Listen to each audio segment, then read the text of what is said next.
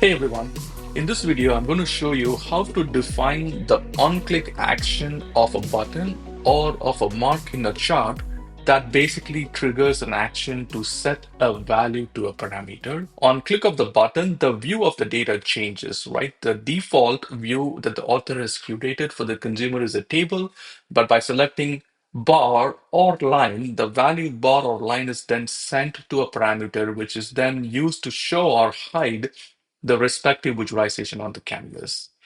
Now, here's one more example, which is on a chart. I've got a tree map on the left-hand side. On the right-hand side, I've got a couple of tiles and the table and a line chart. Now, using set parameter data action, I'm going to select a mark and then invoke the data action called set customer segment, either using the context menu or from the tooltip.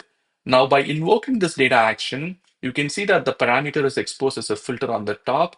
The value, selected value, is sent to the parameter, and that parameter is wired to certain visualizations on the canvas, which is the table and the line chart, which gets sort of updated based on the parameter value that is wired on these two visualizations, but not the tiles.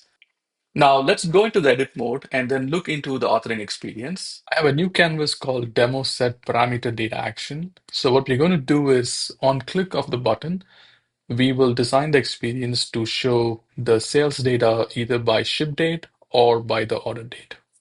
Now, the first step is to create a parameter. So I have a parameter created called ship versus order date. The definition is very simple. It's of text data type and it's got two available values, ship date and order date. Now we're going to wire this parameter to the data action. I also have a data action created already, and it is of the set parameter type. And because we're going to integrate this data action to a button, I've set requires data as off, and I've selected the parameter we just created. Let's click OK. Now that we've created the parameter and the data action, let's wire all this together to the bar chart and to the button. Now the third step is I'm going to go to the bar charts property panel, and we're going to use the visibility parameter and then bind the parameter we just created. And we will define the condition that when there is an exact match of ship date, the condition becomes true for this bar chart to be shown on the UI. We'll do the same for the other bar chart for order date, where the visibility is bound to the same parameter, but then the condition is that there is an exact match of order date. The last step is to integrate the data action to the button. So let's click on the button and go to the property panel and expand on the first button. And the action property defines which data action needs to be invoked.